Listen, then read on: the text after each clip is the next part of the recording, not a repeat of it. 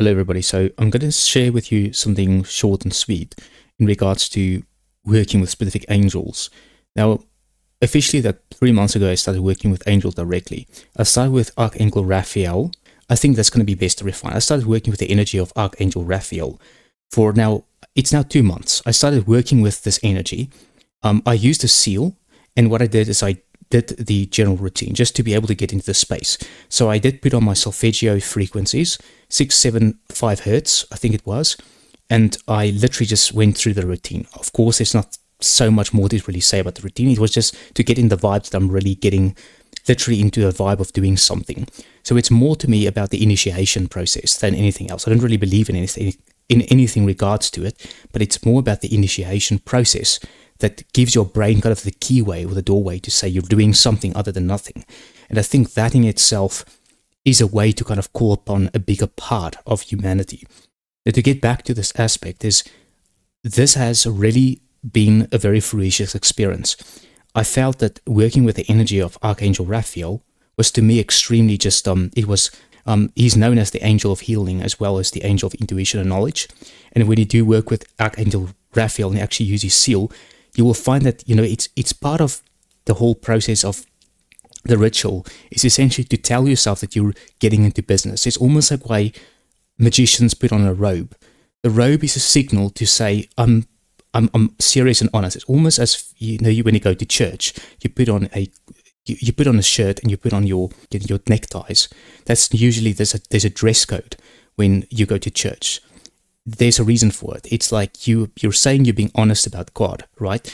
So when we're working with angels or when we're working with our deities or our spiritual energies or planetary, whatever you want to call it, there's a seriousness that are combusting when you're saying you're going to go into a ritual. And I think that is part of why chaos magic and to get as much meaning, because part of it is understanding that when we're doing a ritual, we are saying to ourselves, we're honest about this ritual in the way that we're doing that, right? So that might be working with any deity for you. But I personally found that there are energies everywhere when we're moving, when we're thinking about things that's an energy. We can best think of it as kind of an energy.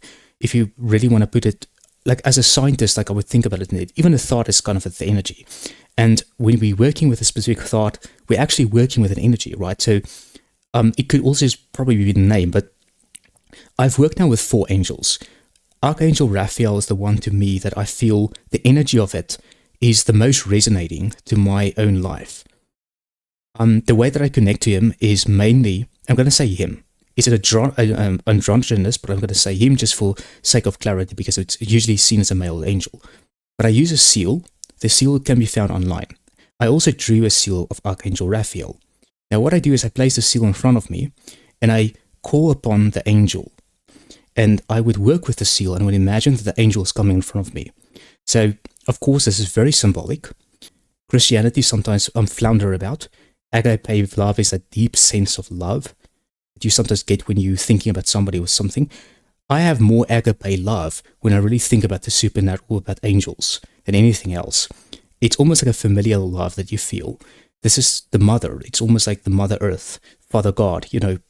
That's kind of the agape love that you feel when you're working with the angel with this energy. It's I get goosebumps when I really think about it. But anyways, at some point in my workings, I felt that I was in a cliffhanger.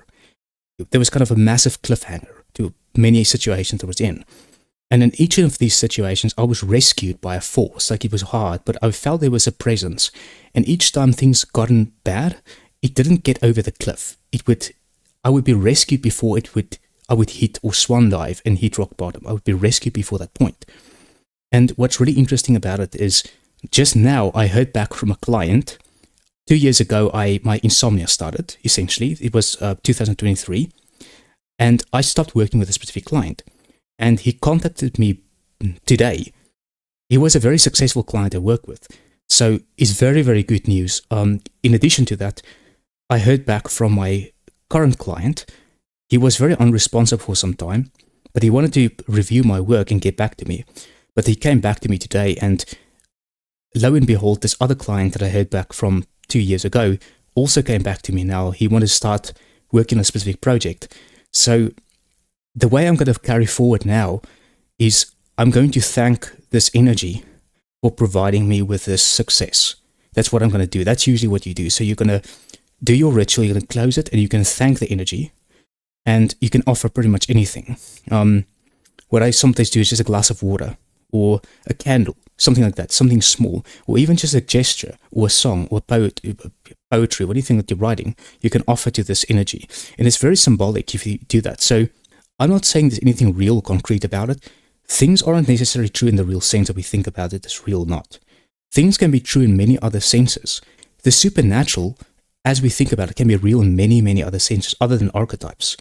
And that's what I really like about this idea that there might be many truths to things that are not necessarily concrete in the way that we justify them to be real. They could be real in other ways too, that are variable, and also unvariable in specific ways that are more real than the concrete form of that. And that to me is just absolutely just it's gobsmacked, because when you think about it, it's as if there's something that's like a portal of heaven that just opens up,